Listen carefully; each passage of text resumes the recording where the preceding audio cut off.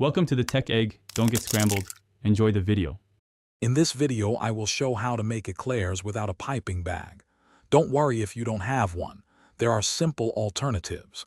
A sturdy freezer bag works perfectly. Just snip a small corner to create an opening.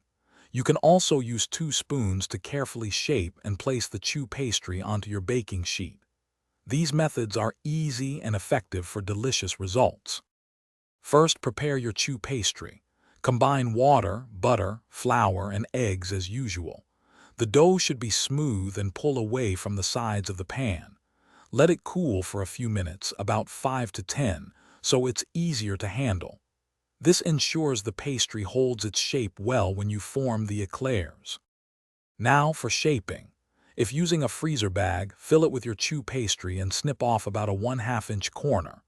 Gently squeeze to pipe even strips, approximately 4 inches long, onto a baking sheet lined with parchment paper. If using spoons, scoop and carefully push the dough into similar 4-inch long shapes. Aim for consistency for even baking.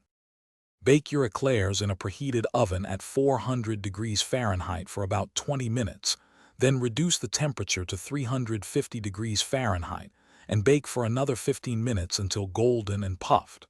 Once baked, let them cool completely on a wire rack. Then, you can fill them with your favorite cream and add a delicious chocolate glaze for a perfect finish. Enjoy your homemade eclairs. Thanks for watching. Consider subscribing if I helped unscramble your problems.